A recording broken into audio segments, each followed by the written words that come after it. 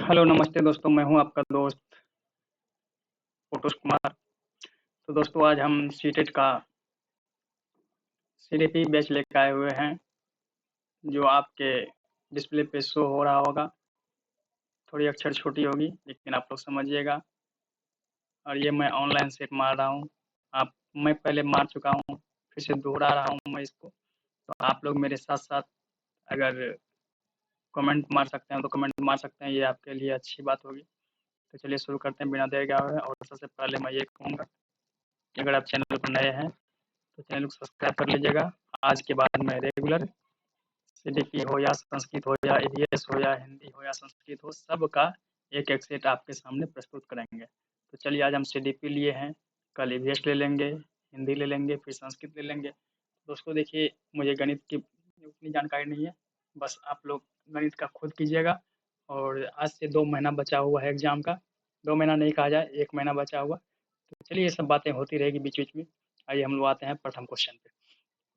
यहाँ पे है, एक शिक्षक अपने स्कूल में बच्चे के साथ भेदभाव के लिए प्रतिबद्ध है। निम्नलिखित में से कौन सा तरीका कक्षा में लैंगिक पूर्वाग्रह को कम करने के लिए प्रभावी है? तो ऑप्शन आपके सामने में है। लड़के और लड़कियां दोनों को गैर पारंपरिक भूमिका में रहने का प्रयास करना चाहिए। ऑप्शन नंबर 2 है, अच्छी लड़की या अच्छा लड़का कहकर छात्रों के अच्छे काम की सराहना करें। नंबर 3 है, लड़कियों को लड़कों से बात करने के लिए बचना चाहिए। नंबर 4 है दोस्तों, लड़कों को मुसीबत का सामना करने के लिए साहसी बनने का प्रोत्साहित करें। तो मुझे तो ऐसा लग रहा है कि मैं पहले ही मार चुका हूँ, तो मुझे तो आसान लग रहा है। तो आप लोग बताएं इसका कमेंट में कि ऑप्शन क्या होगा। ऑप्शन आप तुरंत मार सकते हैं, ए बी सी डी बोल सकते हैं अपने मन से। तो मेरे अनुसार तो दोस्तों 1 नंबर होना चाहिए, जो देखते हैं बिल्कुल सही है। बिल्कुल सही है। इसमें दोस्तों नीचे भी इसका ये है कि महिला और पुरुष की इसका लैंगिक रूढ़िवादिता जो होती है, महिला और पुरुष के लिए किस प्रकार व्यवहार उपयुक्त है, इसके लिए ये सब आप देख सकते हैं। और इतने जानकारी जानने की जरूरत नहीं है, आप सिर्फ इसको समझ लीजिए कि लड़के और लड़कियां दोनों को गैर पारंपरिक भूमिका में रहने का प्रयास करना चाहिए। चलिए आगे बढ़ते हैं। कहता है, एक बच्चा अतीत में उसी स्थिति की जानने की प्रतिक्रियाओं के आधार पर एक नई स्थिति का प्रतिक्रिया करता है। यह किस नियम से संबंधित है? दोस्तों ये सेट मैं खुद मार चुका हूँ, आप लोग भी ट्राई करते रहिएगा। और ये क्वेश्चन बहुत इंपॉर्टेंट है, तो आप बता सकते हैं इसमें कौन सा ऑप्शन होगा। एक बच्चा अतीत में उसी स्थिति की गई प्रतिक्रिया के आधार पर नई स्थिति प्रतिक्रिया करता है। यह किस नियम संबंधित है? तो दोस्तों यहाँ पे प्रभाव का नियम, स्वभाव का नियम, तत्परता का नियम, आत्मीकरण का नियम है।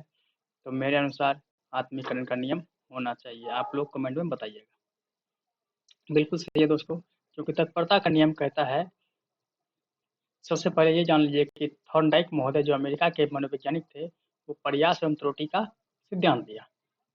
सिद्धांत में उसमें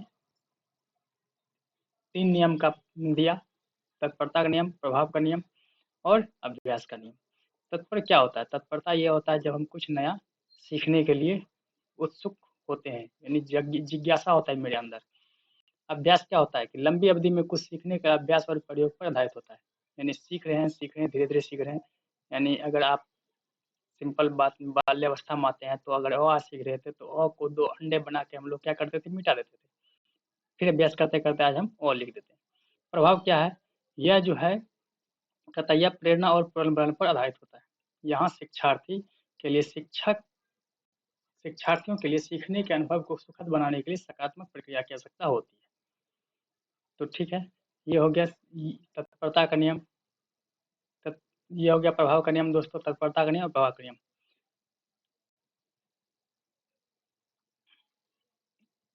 सबसे पहले ये जान लीजिए दोस्तों कि थॉर्नडाइक महोदय 2 नियम दिए, कौन कौन? मुख्य नियम और गौण नियम। मुख्य नियम में 3 नियम है, तत्परता का नियम, अभ्यास का नियम, प्रभाव का नियम। और गौण नियम में है 6 पहलू है उसका। प्रधानता का नियम, प्रत्यागता का नियम, प्रोत्साहन की तीव्रता का नियम, बहु प्रतिक्रिया का नियम, अभिवृत्ति आधारित का नियम और सहचार्य का नियम। तो 1 2 3 4 5 6 7, 6 ही पढ़े तो दोस्तों, लेकिन यहाँ तो 8 बता रहा है, आप लोग देख लीजिएगा। ठीक है, चलिए हम आगे बढ़ते हैं। आगे का कह रहा है कि कम समय में बच्चों की प्रतियोगिता क्षमता का पता लगाने के लिए एमसीक्यू को हमेशा एक सहायक उपकरण के रूप में माना जाता है। बहुविकल्पीय प्रश्नों के संबंध में निम्नलिखित में कौन सा विकल्प उपयुक्त नहीं है? तो आप समझ सकते हैं कि कोई भी शिक्षक इन प्रश्नों को बना सकता है, चाहे उसके पास अनुभव हो या नहीं। दोस्तों, ये तो सरासर नाइंसाफी है। ये तो सरासर नाइंसाफी, कौन सा उपयुक्त नहीं है? यहाँ पे देख लीजिए दोस्तों, यहाँ क्या करा है, कौन सा उपयुक्त नहीं है। तो नहीं है तो चलिए हम इसको, सबसे पहले ही हमको ऐसा लग रहा है कि कोई भी शिक्षक जो प्रश्नों को बनाता है उसके पास अनुभव होगा ही नहीं, और वो प्रश्न को बना लेंगे, ऐसा हो सकता है? ऐसा नहीं हो सकता। यहाँ क्या है, यही चीज़ क्या है, गलत है। तो गलत को हम लोग क्या करें, ठीक कर दें। बिल्कुल सही है। चलिए हम आगे बढ़ते हैं। विद्यालय आधारित आकलन के संदर्भ में निम्नलिखित में कौन सा कथन सत्य है? विद्यालय आधारित आकलन के संदर्भ में निम्नलिखित में कौन सा कथन सत्य है? यह शिक्षक की जिम्मेदारी को कम करता है। हो भी सकता है, नहीं भी हो सकता है।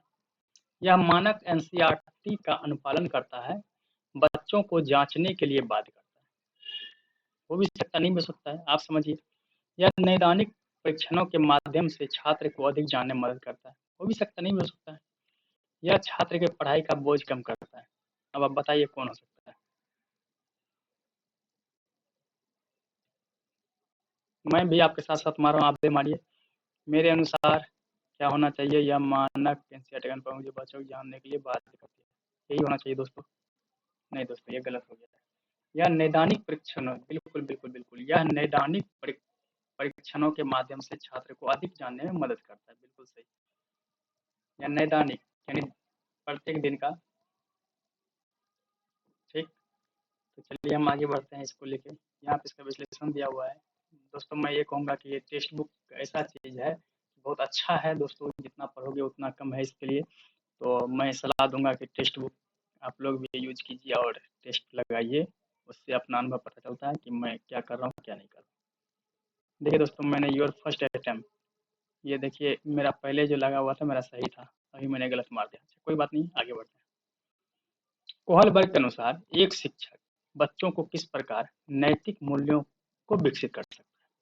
बच्चों में किस प्रकार नैतिक मूल्यों को विकसित कर सकता है, आप समझ सकते हैं। धार्मिक शिक्षा के विशेष महत्व देकर हो भी सकता है, आप देख सकते हैं। व्यवहार के नियम, स्पष्ट नियम बनाकर, व्यवहार के स्पष्ट नियम बनाकर, आप देखिए नैतिक मुद्दों पर आधारित चर्चाओं में उन्हें शामिल, कैसे व्यवहार किया जाना चाहिए इस पर कठोर निर्देश देकर। आप लोग बताइए कमेंट में क्या हो सकता है। तो मेरे अनुसार तो नैतिक मुद्दों पर चर्चा में शामिल करना चाहिए। बिल्कुल सही है दोस्तों, मेरा पहले भी सही था। योर फर्स्ट अटेम्प्ट, देखिए यहाँ पे लिखा हुआ है। तो चलिए हम आगे बढ़ते हैं। मुकेश निर्विवाद रूप से अपने माता पिता की बात मानता है, क्योंकि वह सजा से बचना चाहता है। एक लड़का है मुकेश, जो अपने माता पिता की बात मानता है, क्योंकि वह क्या करता है, अपनी सजा से बचना चाहता है। पियाजे के अनुसार वह नैतिक विकास के किस चरण के अंतर्गत आते हैं? अब आप देख लीजिए क्या हो सकता है। आपके सामने ऑप्शन है, विषम नैतिकता, व्यक्तिवाद, उद्देश्य और विनिमय, सामाजिक व्यवस्था नैतिकता, सामाजिक अनुबंध। तो मेरे अनुसार क्या होना चाहिए? देखिए मेरा पहले यहाँ गलत हुआ है, अब इस बार गलत नहीं होना चाहिए।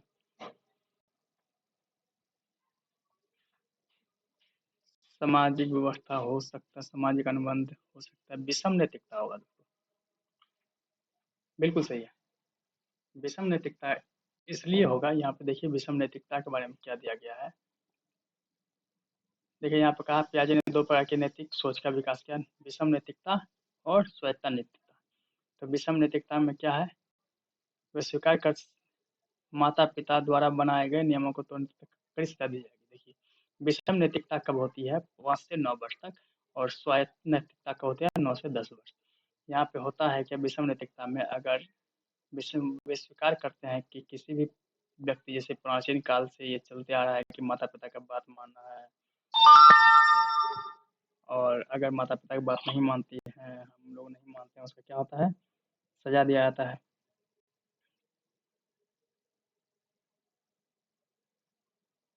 तो उसके डर से हम लोग क्या करते हैं, माता पिता का बात मानते हैं। ये क्या है, विषम नैतिकता में आता है। चलिए हम आगे बढ़ते हैं।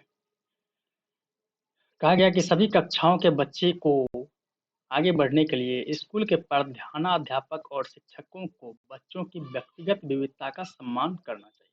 बिल्कुल सही बात है। कोई भी बच्चा हो, प्रधानाचार्य हो या शिक्षक हो, वो क्या करते हैं, बच्चे का सम्मान करते हैं। निम्नलिखित में कौन सा विकल्प विभिन्नता भिन्नता की परवाह किए बिना बच्चों को शिक्षा को आगे बढ़ाने का बच्चों की शिक्षा को आगे बढ़ाने का अवसर देता है? तथा एक शिक्षक के रूप में आपको बाल केंद्रित पाठ्यक्रम का पालन करना चाहिए जो छात्रों को अधिगम के कई अवसर प्रदान किए जाने चाहिए। बिल्कुल सही बात है, ये हो सकता है। आगे बढ़ते हैं। छात्रों में व्यक्तिक भिन्नता को दूर करने के लिए सभी संभव उपायों को लागू किया जाना चाहिए ताकि सभी बच्चे समान हो जाए। हो भी सकता है, आप समझिए। धीमी गति से सीखने वाले बच्चे को विशेष विद्यालय में भेजने का प्रावधान करना चाहिए। हो भी सकता है, आप समझिए। सभी बच्चों को समान समझकर उसकी शिक्षा प्रक्रिया जारी रखें। देखिए दोस्तों, यहाँ पे तो हमको इस तीनों में कोई भी अच्छा नहीं लगा। हमको ये कैसा लगता है कि अगर आप शिक्षक हैं, आपको क्या करना चाहिए, कौन सा बालक कैसा सीख रहा है, उसके पाठ्यक्रम का पालन करना चाहिए और उसको छात्रों का अधिगम यानी सीखने का काफ़ी अवसर प्रदान किया जाना चाहिए, होना चाहिए। बिल्कुल सही है। चलिए हम आगे बढ़ते हैं। कहता है, विद्यालय प्रधानाचार्य ने नवनियुक्त शिक्षक से कहा कि अधिगम की कठिनाइयों को समझने के लिए हमें बच्चे के अधिगम को प्रभावित करने वाले कारक का आकलन करना चाहिए। कहता है जैसे कि मैं टीचर बना, मुझे बहुत शौक है टीचर बनने का। मैं टीचर बना तो मेरे प्रधानाध्यापक हमें आदेश देंगे कि आप क्या कीजिएगा, बच्चे का अधिगम कठिनाई क्या है, इससे प्रभावित करने वाले कारक का आकलन कीजिए। वे और कह रहे हैं कि वे किस बारे में चर्चा कर रहे हैं। अब आप समझ जाइए कहाँ किस में चर्चा कर रहे हैं। भौतिक अक्षमता, संवेगात्मक, आर्थिक, अधिगम अक्षमता, सीखने की कठिनाई, अधिगम की कठिनाई इसमें नहीं। यहाँ पे हमको लगा दोस्तों अधिगम अक्षमता होनी चाहिए। बिल्कुल सही है, लेकिन मैंने पहली बार लगा दिया था क्या, भौतिक अक्षमता। भौतिक हो ही नहीं सकता, अधिगम की यहाँ सीखने में कठिनाई हो रही है तो भौतिक हो ही नहीं सकता है। अधिगम की कठिनाई, अधिगम अक्षमता। चलिए हम आगे बढ़ते हैं। यहाँ पे इसका विश्लेषण दिया हुआ है और अधिगम का क्षमता के प्रकार देखिए क्या क्या है। डिसलेक्सिया क्या है, अगर आप सही से नहीं पढ़ पा रहे हैं तो क्या डिसलेक्सिया कहलाएगा। अगर आप सही से नहीं लिख सकते हैं, डिस्ग्राफिया कहलाएगा। डिसेफिया क्या है, भाषण और भाषा विकार। भाषण और भाषा विकार यानी आप ठीक से नहीं बोल पा रहे हैं। कभी देखिएगा आदमी तुतलाता है, तुतलाता है तो मतलब क्या, उसमें जो त्रुटि होती है उसे क्या कहते हैं, डिसेफिया। अगर आप पढ़ने में गलती कर रहे हैं, सही सही नहीं पढ़ पा रहे हैं तो वो डिसलेक्सिया है। और अगर सही प्रकार आप नहीं बोल पा रहे हैं तो क्या हो रहा है, डिसेफिया। डिसकैलकुलिया, कैलकुलेटर से याद कर लीजिए, गणित में कैलकुलेटर यूज करते हैं तो कैलकुलेटर क्या हो जाएगा मेरे लिए, डिसकैलकुलिया। गणित में अक्षमता। और डिस्प्रेसिया क्या है, गतिक कौशल में कठिनाई, गैर मौखिक अधिगम का क्षमता, गतिक भद्दापन और खराब दृश्य स्थानिक। ये नहीं पूछा जाएगा दोस्तों हमको, ये चार जो है ना बराबर पूछा जाता है, आप दिमाग में रखिएगा। ये भी देख लीजिए क्या है, डिस्मोनिया। डिस्मोनिया क्या है, देखिए मौखिक या वापसी भाषा के लिए प्रयुक्त शब्दों को पुनः प्राप्त करने या याद करने की असमर्थता या कठिनाई हो सकती है। ये नहीं पूछा जाएगा, आगे बढ़ते हैं। मनीषा एक प्राथमिक विद्यालय में एक शिक्षिका के रूप में कार्यरत है। निम्नलिखित में से कौन उसकी जिम्मेदारी को निभाने के लिए सबसे महत्वपूर्ण है। तो आप देख सकते हैं, आप यहाँ पे आपके सामने में आंसर है। आप देख सकते हैं उसे केवल उस शिक्षण के प्रति का पालन करना चाहिए जो कक्षा में पढ़ाया जाना चाहिए। ऐसा नहीं हो सकता है। मनीषा को चाहिए कि छात्रों को अधिगम के अंतराल का पता लगाएं और कक्षा, यही हो सकता है दोस्तों कि मनीषा को सबसे पहले क्या चाहिए, अगर हम कहीं पढ़ाने जाते हैं तो बच्चे से हम पूछते हैं कि बच्चे कितने अध्याय तक आपने पढ़ा। अगर उसने बताया इतने अध्याय तक सर मैंने पढ़ा, तो उससे क्या करते हैं, बीच में हम वो चीज़ पता कर लेते हैं, पूछ लेते हैं। तो उससे क्या होता है, पता लगा लेते हैं और फिर अगर नहीं बता पाते हैं उसको उपचार देते हैं, यानी उसको बताते हैं। देखिए सही है। चलिए आगे बढ़ते हैं। मेरा सही हो रहा है ये, इसका अर्थ नहीं मैं बराबर रिविजन किया हूँ इसलिए मेरा सही हो रहा है। तो आप लोग रिविजन करते रहिएगा। रोशनी ने राशि ने रोशनी से कहा, अगर तुम मेरी मदद करोगी तो शायद मैं तुम्हारी मदद करूँ। उपयुक्त कथन किससे संबंधित है। अब देखिए, एक लड़की है रोशनी, उसने रानी से कहा अगर तुम हमारी मदद करोगी, हम लोग भी स्कूल में पढ़ते थे, अगर तुम हमको कॉपी दोगे तो हम तुमको पेन देंगे, तो करते थे। तो ये क्या है, किससे संबंधित है, तो आप बता सकते हैं। पूर्व पारंपरिक स्तर, देखिए दोस्तों, पूर्व में या पारंपरिक स्तर या पूर्व संक्रियात्मक स्तर, मेरे अनुसार तो पूर्व पारंपरिक होना चाहिए।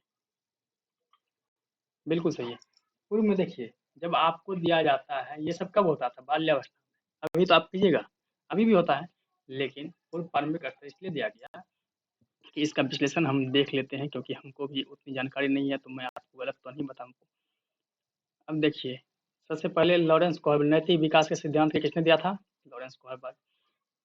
देखिए, ये 3 स्तर दिए थे, मुझे यही याद था जो मैं आपको बता दिया वहाँ पे। 3 स्तर दिए और 6 अवस्था दिए। इसमें नैतिक विकास के सिद्धांत में 3 स्तर और 6 अवस्था। देखिए, नैतिक विकास के पूर्व प्रारंभिक स्तर पर क्या कहते हैं कि जो किसी की ज़रूरत को कभी-कभी दूसरी ज़रूरतों को पूरा करती है। अब यहाँ पे ये दिया हुआ है, तो ये सब चीज़ तो आपको इतनी समय नहीं है कि आप देख पाओगे, आप खुद सेट मारोगे तो पता चल जाएगा। आकलन और मूल्यांकन के संबंध में निम्नलिखित में कौन सा कथन सही है? आकलन एक संवादात्मक और रचनात्मक प्रक्रिया है। आकलन एक योगात्मक प्रक्रिया है। किसी पूर्व निर्मित शैक्षिक कार्यक्रम के मूल्यांकन से शैक्षिक उपलब्धि प्राप्त होती है। छात्रों की शैक्षणिक उपलब्धि पाठ्यक्रम के अंतर्गत अंत में मूल्यांकन द्वारा की जाती है। मूल्यांकन के माध्यम से शिक्षक को ज्ञात होता है कि छात्र को उचित शिक्षा मिल रही है या नहीं मिल रही है। ये सब चीज़ आप बताइए, कौन सा कथन सही है? मेरे अनुसार दोस्तों, आकलन एक, मेरा भी गलत लिखा हुआ है, देखिए मेरा भी गलत हुआ है। आकलन एक संवादात्मक रचनात्मक प्रक्रिया है। संवाद क्या होता है? आकलन थोड़े संवाद होता है। योगात्मक ठीक है।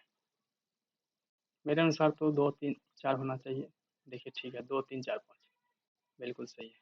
मैंने 1 2 3 और 5 कर ये छोड़ दिया था मैंने। चलिए कोई बात नहीं, ठीक है, अच्छी बात है।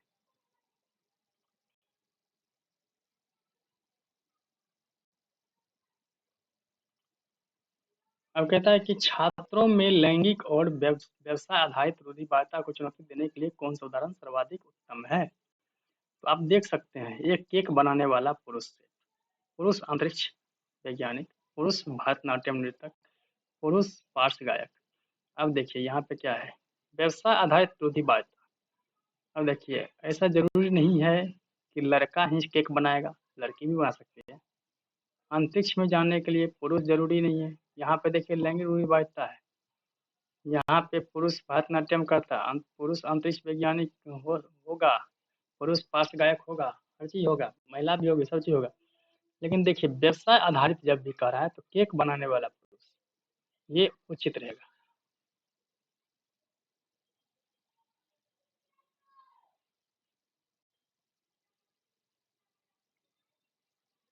ये गलत क्यों हुआ?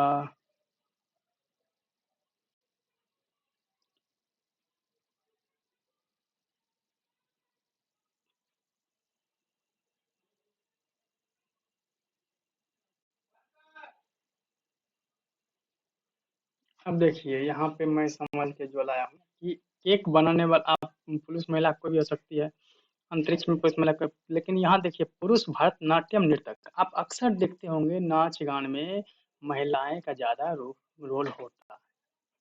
कभी शादी हो, महिलाएं दुबक दुबक के नाचेगी पहले। तो यहाँ पे पुरुष जो भरतनाट्यम कर रहा है, ये क्या कर रहा है? ये रूढ़िवादिता को चुनौती दे रहा है। कौन सा? पुरुष भरतनाट्यम में। अब यहाँ पे स्कूल के विभिन्न कक्षाओं के बच्चे मौजूद हैं। इस स्कूल में क्या है, विभिन्न कक्षाओं के बच्चे मौजूद हैं। इन बच्चों में व्यक्तिगत भिन्नता को समझना क्यों महत्वपूर्ण है? क्योंकि अब आप देखिए, यहाँ पे ऑप्शन दिया हुआ आपके सामने में, बच्चों छात्रों के बीच अंतर कम करने के लिए, छात्रों को क्षमता प्रदर्शन बढ़ाने के लिए, या पता लगाना छात्र सीखने में समर्थ क्यों है, कुछ बच्चों को विशेष महसूस करना चाहिए।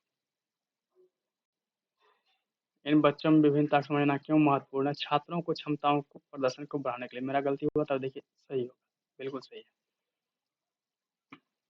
चलिए आगे बढ़ते हैं, उतने समय मैं नहीं दूंगा, मैं भी पढ़ाई करूँ, आप भी पढ़ाई कीजिए। सिर्फ क्वेश्चन देखिए, यदि आपके विद्यालय में छात्र गतिविधि को करने से प्रेरित होते हैं और अंतिम परिणाम पर ध्यान केंद्रित करने के बजाय व्यक्तिगत रूप से अधिगम की प्रक्रियाओं पर ध्यान केंद्रित करते हैं, यहाँ किस प्रकार की प्रेरणा है?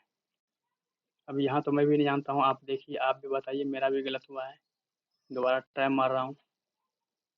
अधिगम प्रेरणा से प्रेरित, सामाजिक प्रेरणा से, बाह्य प्रेरणा से। यदि आपके विद्यालय में छात्र गतिविधियों को करने से प्रेरित हैं और अंतिम परिणाम पर ध्यान केंद्रित करने के बजाय व्यक्तिगत रूप से अधिगम की प्रक्रिया पर ध्यान केंद्रित करते हैं, व्यक्तिगत रूप से किस प्रकार की प्रेरणा है?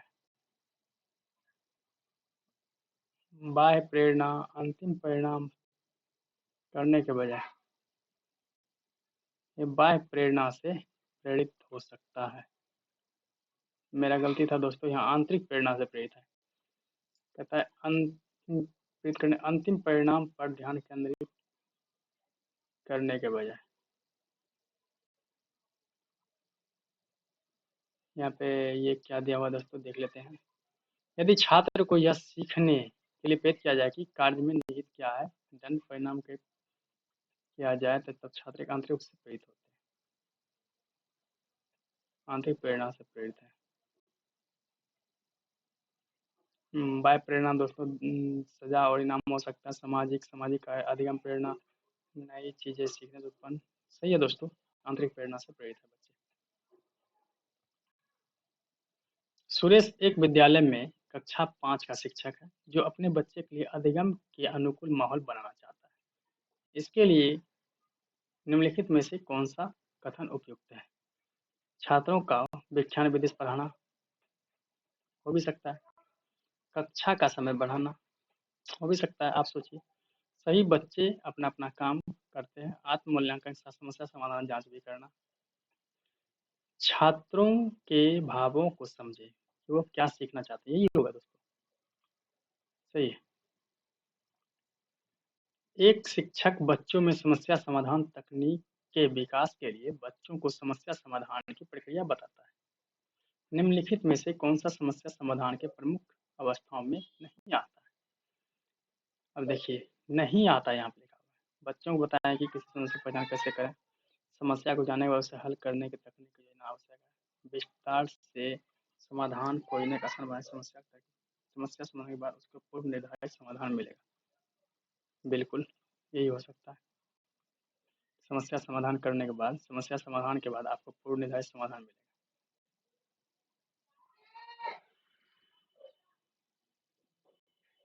पहले पहचान समस्या समाधान तकनीक की विधि देख लीजिए। पहले पहचान कीजिए, फिर विश्लेषण कीजिए, फिर मूल्यांकन कीजिए, फिर क्रियान्वयन कीजिए।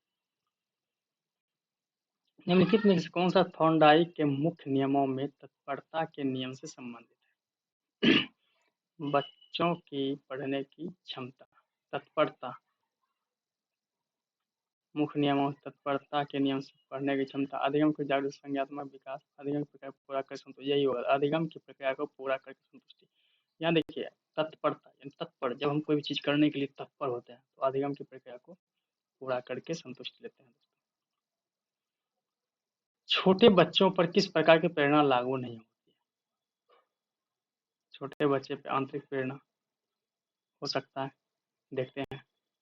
आंतरिक प्रेरणा लागू नहीं होती है। सामाजिक वंशानुक्रम विरासत के संदर्भ में निम्नलिखित में से कौन सा सत्य है? सामाजिक विरासत आनुवंशिकता के साथ साथ पर्यावरण भी शिक्षार्थी के संग योगदान देता है। ठीक है।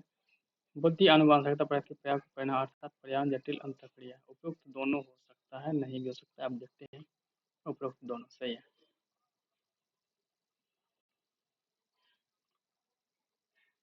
अमित प्राथमिक विद्यालय में एक शिक्षक के रूप में कार्यरत है और बच्चों के व्यक्तिगत अंतर को समझने के लिए नियमित रूप से कक्षा चलाना चाहता है। अमित को निम्नलिखित में से किस विकल्प का अनुसरण करना चाहिए? उसे बच्चों की काबिलियत और रुचि जानने की कोशिश करना चाहिए, बिल्कुल सही बात है। उसे बच्चे की जरूरत के अनुसार कक्षा में समायोजन करना पड़ता है, बिल्कुल सही। ए और बी दोनों सही है। कुछ लोग एक साथ रहते हैं और एक साथ रहकर एक दूसरे को प्रभावित करते हैं, तो किस प्रकार का समूह बनता है? सामाजिक समूह, बिल्कुल एक साथ रहते हैं, सामाजिक समूह बनती है। दोस्तों मेरी आवाज़ अगर कम जा रही हो, आप लोग सिर्फ क्वेश्चन देखिएगा, अपने नोटबुक पेन पे उठाइएगा और उस पर नोट कीजिएगा क्वेश्चन को। वीडियो पॉज कर लीजिएगा। अगर मैं स्लो चल रहा हूँ तो वीडियो को स्पीड कर लीजिएगा। अगर आपको लगे कि मैं स्पीड चल रहा हूँ तो आप वीडियो को स्लो करके हमेशा तैयारी कीजिए, कोई मजाक मत कीजिएगा। मैं यही कहूँगा कि अगर हम सभी एक साथ निकलते हैं, आपको मेरी तरफ से हेल्प मिलती है और आपको भी कोई हेल्प देना हो, कुछ बताना हो तो मुझे, मेरा नंबर आपके साइड पे चल रहा है, वो देख सकते हैं, व्हाट्सअप नंबर भी है। और आप मुझे मैसेज करके बता भी सकते हैं। यदि आपके विद्यालय का कोई छात्र प्रतिभाशाली है, तो निम्न में से उससे संबंधित नहीं है। कौन उससे संबंधित नहीं है? आप देख लीजिए। इन बच्चों की मानसिक क्षमता सामान्य बच्चों की मानसिक क्षमता से अधिक होती है। बिल्कुल सही है। जो किसी कार्य को उच्च स्तर पर करने के प्रयास तो करता है, लेकिन उसे बनाने सक्षम नहीं है, हो भी सकता नहीं है। One who static about unique interest and topic, यानी वो इस टॉपिक से क्या है, इंटरेस्टेड, संबंधित नहीं है, तो इन बच्चों का आईक्यू लेवल कम होता है। देखिए, संबंधित नहीं है, यहाँ देखिए दोस्तों, यही हो सकता है, इन बच्चों का आईक्यू लेवल कम होता है। गलत, यहाँ गलत है, यानी ये सही होगा। समावेशी कक्षा के संदर्भ में निम्नलिखित में कौन सा उपयुक्त है? समावेशी कक्षा के संदर्भ में बच्चे की अलग अलग स्थिति के बावजूद प्रत्येक बच्चे को आगे बढ़ने का अधिकार है। बिल्कुल सही है। समावेशी कक्षा छात्रों के बीच अंतर करती है। गलत है ये। यह खासकर विकलांग बच्चों की चुनौतीपूर्ण उपयोग की निर्धारित करती है। ये भी गलत है। समावेशी कक्षा का मानना है कि अक्षम बच्चे किसी कार्य में अधिक समय लेगा। ये भी गलत है। ये दोस्तों सही होगा। अब देखिए नंबर 24 में, आप समझिएगा। स्कूल में शिक्षक को विचारधारा के प्रकार के बारे में बताते हुए एक शिक्षक कहता है कि इसके लिए वास्तविक विषयों या कार्यों की प्राप्ति की आवश्यकता नहीं है। यह अवधारणा और सामान्यकृत विचार का उपयोग करता है। इस प्रकार की विचारधारा के विकास में भाषा का बहुत बड़ा हाथ होता है। शिक्षक किसके बारे में बता रहा है? इसमें आप भी समझ सकते हैं, मैं भी समझ रहा हूँ, मुझे पता नहीं है क्योंकि मैं, देख लीजिए, मेरा गलत हुआ है। सारे चिंतित शिक्षक कहता है कि इसके लिए वास्तविक प्राप्ति नहीं होती है।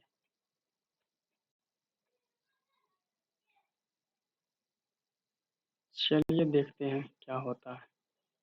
मूर्त चिंतन, ये मैं ऐसे मारा हूँ दोस्तों, आप समझ लीजिए। अब देखिए, स्कूल में शिक्षक को विचारधारा के प्रकार के रूप में बताते हुए एक शिक्षक कहता है कि इसके लिए वास्तविक विषयों या कार्यों की प्राप्ति की आवश्यकता नहीं है। यह अवधारणा और सामान्यकृत विचारों का उपयोग कर रहा है। तो ये मूर्त चिंतन कर रहा है, मूर्त तो नहीं कर रहा है, कोई पॉजिटिव ही कर रहा है। अल्बर्ट बंडोरा के अनुसार निरीक्षात्मक अधिगम हेतु 4 परिस्थितियां आवश्यक हैं। इन परिस्थितियों का सही क्रम क्या है? अब आप समझ लीजिए क्या होना चाहिए। हमें खुद पता नहीं, मैं सही तो हुआ लेकिन मेरा पता नहीं। अवधान, धारणा, पुरातन, प्रेरणा। अवधान, अभिप्रेरणा।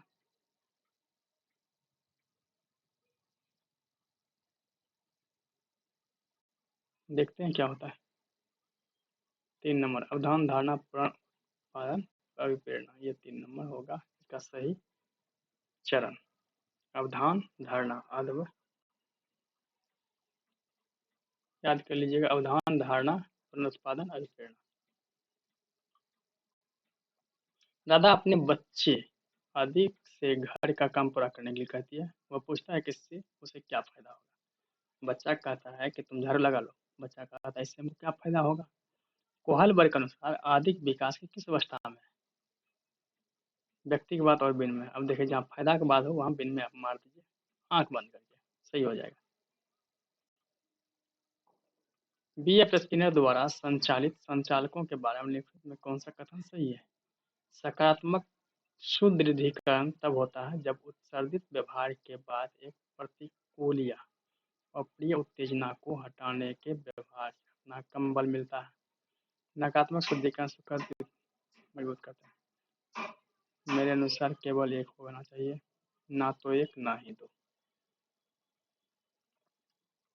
किसी व्यक्ति का नैसर्गिक या स्वाभाविक दशा में घटित होता है।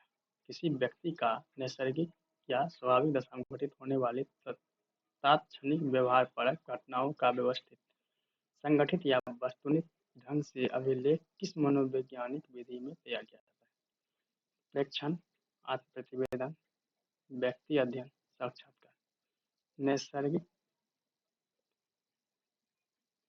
व्यक्ति का अध्ययन, प्रेक्षण। मैं ऐसे मारा हूँ, आप देख लीजिएगा। भीड़ हमेशा उस रास्ते पे चलती है जो आसान होता है, लेकिन इसका मतलब यह नहीं है कि भीड़ हमेशा सही रास्ते पे चलती है। बिल्कुल सही बात है। रास्ता अपना रास्ता खुद चुनें, क्योंकि आपको आपसे बेहतर कोई नहीं जानता है। बहुत अच्छी बात है दोस्तों। बच्चे के लिए यह वाक्य किस काम के जरूरी है? शारीरिक विकास, लक्ष्य उन्मुख व्यवहार, यही होगा दोस्तों। लक्ष्य उन्मुख व्यवहार। चलिए एक क्वेश्चन और बचा हुआ है, इसको भी मैं लगा ही देता हूँ। नीचे दिए गए कथनों में एक अभिकथन के रूप में लिखित है, दूसरा रूप में उसके कारण को प्रयोग। तो शिक्षण में आधुनिक और आईसीटी आधारित सहायता प्रणाली का निहित प्रयोजन अधिगम परिणामों को इष्टतम बनाना है। किसी प्रभावी शिक्षण सहायता प्रणाली को अधिगम परिस्थिति में सुधार के साथ संयुक्त किया जाना चाहिए। इसमें आप बता सकते हैं। मेरे अनुसार तो एक और दो सही है, अब आप समझ सकते हैं। तो दोस्तों आज 30 क्वेश्चन लिए सीडीपी से, कल ईवीएस से लेकर आऊँगा, फिर हिंदी को समझाऊंगा, फिर संस्कृत को समझाऊंगा। ठीक है, मैं भी तैयारी कर रहा हूँ, आप भी तैयारी कीजिए। इतना ही। जय हिंद। खुश रहिए, अच्छे से रहिए, मस्ती में रहिए।